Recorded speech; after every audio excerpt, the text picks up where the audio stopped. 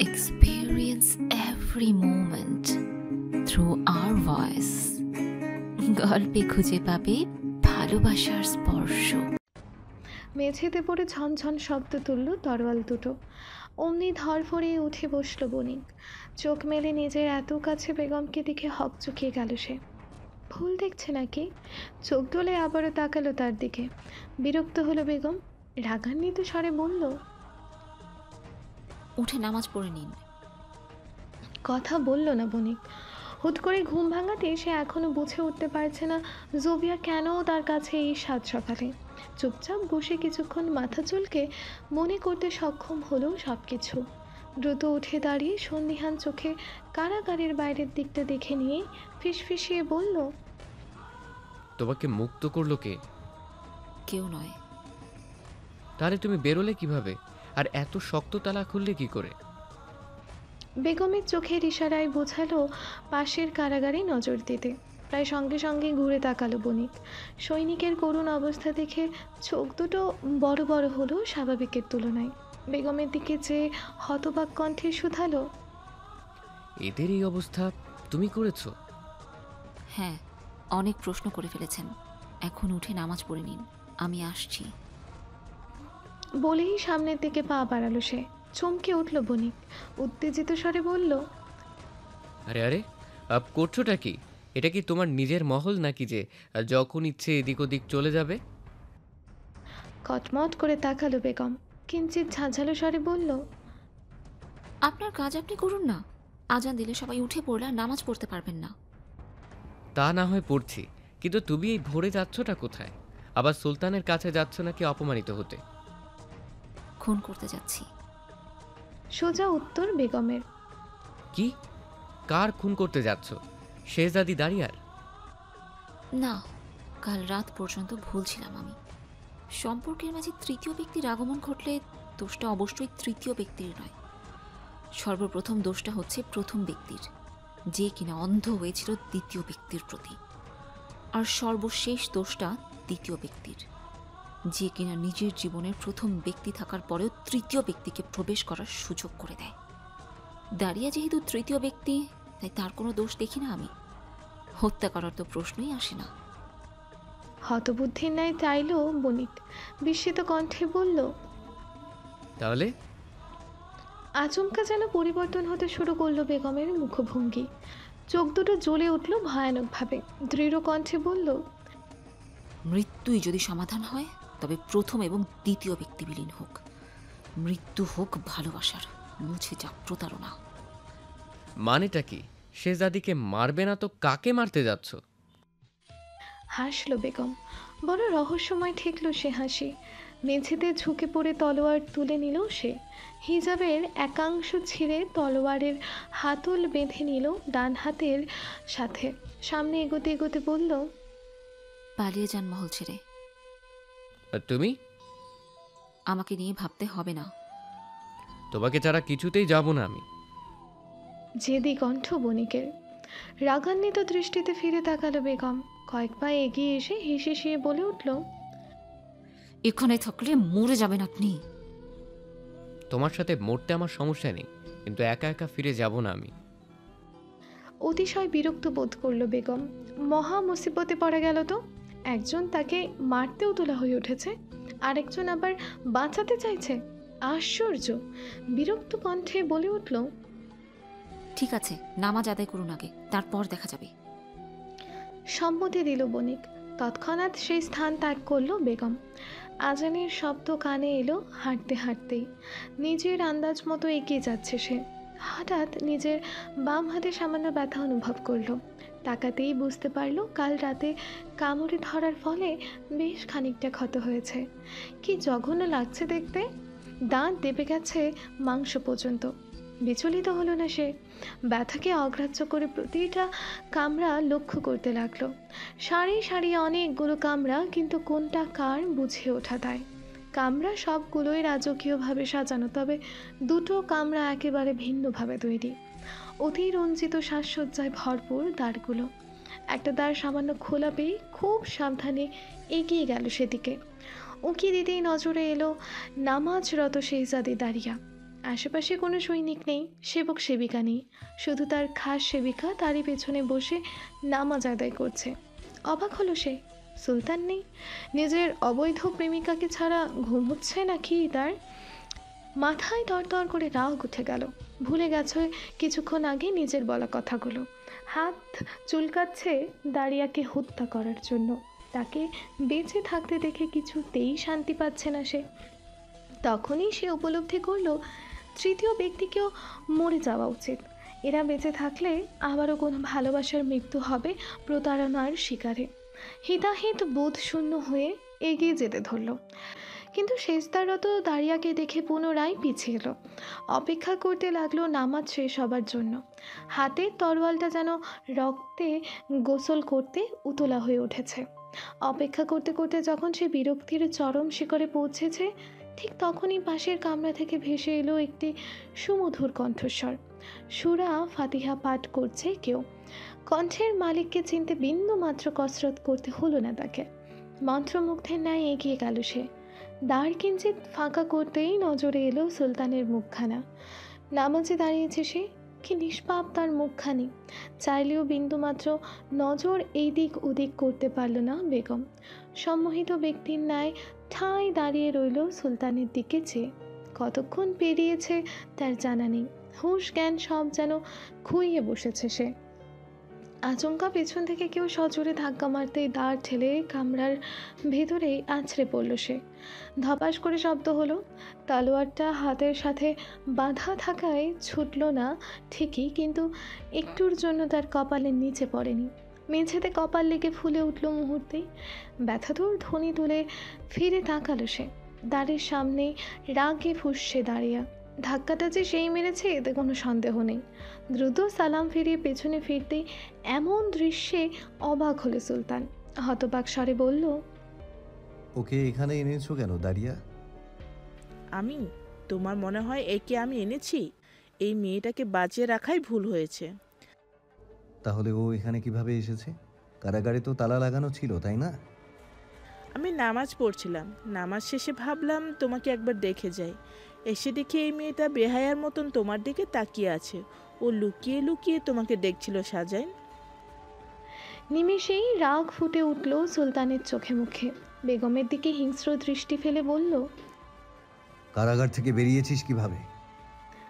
সুলতান আগে কখনো তাকে এভাবে তুই তোকারি করে বলেনি, তাই অবাক হয়ে চেয়ে থাকলো বেগম। এতে যেন রাগ দ্বিগুণ হলো সুলতানের। হনহন করে এগিয়ে এসে তার চোয়াল চেপে ধরল সে। চিৎকার করে বলল, বল কিভাবে বেরিয়েছিস? মেরে ফেলেছিস সৈনিকগুলোকে?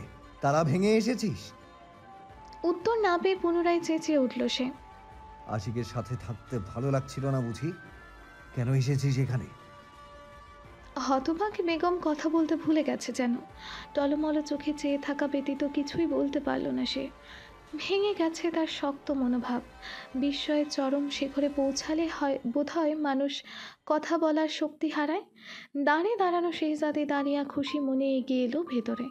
সুলতানকে আরও উস্কে দিতে ন্যাকা সুরে বলল, বুঝেছি, তুমি আমাকে মারতে এসেছিলে। তার কথায় কিঞ্চিত চমকালো সুলতান। বজ্র কণ্ঠে বলল, দাঁড়িয়াকে মারতে এসেছিলি তুই? ডানে বামে মাথা নাড়ালো বেগম, যার অর্থ দাঁড়িয়াকে মারতে আসেনি সে। মোটেও সন্তুষ্ট হলো না সুলতান। পুনরায় একই স্বরে শুধালো, তাহলে কাকে মারতে এসেছিলি? আপনাকে। কথাখানা বলেই এক ঝটকায় নিজেকে ছাড়িয়ে নিল বেগম। সুলতান বোধহয় একটু বেশি অবাক হলো। একটু নয়, এক আকাশ সম বিস্ময় তার দৃষ্টিতে। কিছুক্ষণের জন্য ঘাবড়ে গেল দাঁড়িয়াও। স্তব্ধ হলো পরিবেশ। বেগমের মুখে এমন কথা শুনবে এই আশা কেউই করেনি। সবাইকে মারতে পারে সে, তা বলে সুলতানকে মারবে? অবিশ্বাসী বটে। সুলতান আবারও তেড়ে আসলো তার দিকে। গলা উঁচিয়ে উচ্চস্বরে বলল, কি বললি? আবার বল। কি বলেছি শুনতে পাননি? নাকি আবার শুনতে চাইছেন? আপনাকে হত্যা করতে এসেছিলাম, না হলে এই দ্বারে কখনোই আসতাম না। কি দৃঢ়ভাবে মিথ্যা কথাটা বলে দিল বেগম। নিজের টলমলে আঁখি লোকানোর বৃথা চেষ্টা করলো তলোয়ারের দিকে চেয়ে। সে খুব করে চাইছে যে কোনো মূল্যের লড়াই হোক তাদের মাঝে, মিটে যাক তাদের অস্বস্তি। তার ভাবনাকে সত্যি করতেই বোধহয় চেঁচিয়ে উঠল সুলতান। আমাকে মারতে এসেছিস? এক কথা একবার বললে বোঝেন না? না বুঝলে আপনার প্রেমিকা তো আছেই, তার থেকে বুঝে নিন, সে বুঝেছে আশা করি। তোর মনে হয় তুই আমাকে মারতে সক্ষম হবি? কোনো সন্দেহ নেই, এলিজা সুলতানের সক্ষমতা সম্পর্কে কোনো ধারণাই নেই আপনার। বারবার এমন দৃঢ় কণ্ঠে অত্যাধিক উত্তেজিত হয়ে পড়লেন সুলতান। এদিক ওদিক চেয়ে গটগট পায়ে গিয়ে পালঙ্কের পাশ থেকে নিজের তলোয়ার নিয়ে আসলেন। আগ্রহী নয়নে চেয়ে আছে দাঁড়িয়া। একটু বেশি খুশি হচ্ছে সে। তার ধারণা লড়াই করলে এলিজাই মরবে, সে কিছুতেই পারবে না সুলতানের সাথে। কিন্তু মরতে মরতে তাকে একটু প্রশান্তি দিয়ে যাবে এলিজা। খুশি খুশি মনে সুলতানের পাশে গিয়ে দাঁড়ালো সে, খানিক দূরত্ব বজায় রেখে। কয়েকবার তলোয়ারটা ঘুরিয়ে প্রস্তুত হয়ে নিলেন সুলতান। প্রহার করার পূর্বে তাচ্ছিল্য স্বরে বলল, কি মনে হয় তোর, তুই মারবি নাকি আমি মরবো? দাঁড়িয়া চট করে আনন্দ আর উত্তেজনার মিশেলে কণ্ঠে বলে উঠল, এটা আবার জিগানোর কি আছে শাহজাহান? অবশ্যই এই মেয়েটা মরবে। আর চোখে তার দিকে তাকালেন সুলতান। অধরে মুচকি হাসি টেনে বলল, তুমি কিন্তু পাশেই থেকো। হাজার হলেও এই প্রথম নিজ সাম্রাজ্যের সম্রাজ্ঞীর সাথে লড়তে যাচ্ছি। তুমি কাছে থাকলে এই মেয়েকে শেষ করতে বেশি সময় নেব না আমি। নিজের খোলা চুলগুলো কানের পেছনে গুঁজে দিয়ে লাজুক হাসল দাঁড়িয়া। অধর প্রসারিত করে লজ্জার ভঙ্গিমায় বলল, তুমিও না শাহজাহান? সম্মুখে দাঁড়িয়ে থাকায় সুলতানের বাচন ভঙ্গি দাঁড়িয়ার লাজুক চেহারা সবই দৃষ্টিগোচর হলো বেগমের। মুহূর্তেই ভেঙে চুরমার হতে চাইলেও তার শক্ত অভিব্যক্তি। হাতের মুষ্টি এতটাই শক্ত হলো যে তলোয়ারের হাতল দেবে যেতে চাইছে চামড়া ভেদ করে। দৃষ্টি ঘুরিয়ে নিল সে। আর মাত্র কিছুক্ষণ, তারপর আর এই বিশ্রী দৃশ্য দেখতে হবে না তাকে। একটানা কান্না আটকাতে আটকাতে তার গলাটাও ব্যথা হয়ে গেছে। কিন্তু সুলতানের ভয়ঙ্কর এই রূপ আর বদলালো না। ধরা গলায় সে বিড়বিড়িয়ে বলে উঠল, আপনাকে পেয়েও হারিয়ে ফেলার এই কঠিন অতৃপ্তি নিয়ে মরে যাওয়ার মৃত দেহটাও হাহাকার করবে সুলতান। বেগমের এই অসীম কষ্ট যেন আজ ছুঁতেই পারল না সুলতানকে। উপলব্ধি করতে পারল না তার দহন। সে পুনরায় রাগান্বিত স্বরে শুধালো, ভয় করছে না তোর? আমার সাথে লড়তে চলে আসলি মরার জন্য? ভয় তখন করত যখন আমি জেতার অথবা হারার আশা করতাম, কিন্তু আমি তো আজ নিজের ভালোবাসা কুরবান করতে এসেছি। ভ্রু কোঁচকাল সুলতান। খুব সহজেই যেন উপলব্ধি করে নিল এই বাক্যের মর্মার্থ। অবাক স্বরে বলল, মানে দুইজনই মরবো? সেটা চাস তুই? কখনোই না। আজ তুই একা মরবি। লড়তে যখন এসেছিস মরতে তোকে হবেই। কথাখানা বলেই প্রহার করে বসল সে। বেগম যেন এটারই অপেক্ষায় ছিল। তৎক্ষণাৎ তলোয়ার উঁচিয়ে পাল্টা প্রহার করল সে। তলোয়ারে সংঘর্ষ হয়ে ঠন ঠন শব্দ তুলল। একের পর এক প্রহার চলছে, অথচ কেউ কারো শরীরে তলোয়ার ছোঁয়াতে সক্ষম হচ্ছে না। বারংবার প্রবল আঘাতে তলোয়ার ভেঙে চুরচুর হবার জোগাড়। বেশ খানিকটা সময় পেরিয়ে গেছে, কিন্তু এখনও কারো পরাজিত হবার কোনো লক্ষণই নেই। যেন আজন্মকাল ধরে চলবে এই যুদ্ধ। সুলতান যেমন বিচক্ষণতা আর অভিজ্ঞ ব্যক্তির ন্যায় প্রহর করছে, ঠিক তেমনি সুকৌশলে সমস্ত প্রহার নিয়ন্ত্রণ করে নিচ্ছে বেগম। সামনে সামনে লড়াই বোধ হয় একেই বলে। সুলতানের চোখে মুখে রাগ আর হিংস্রতা প্রকাশ পেলেও বেগমের দৃষ্টিতে আকাশ সমদৃঢ়তা।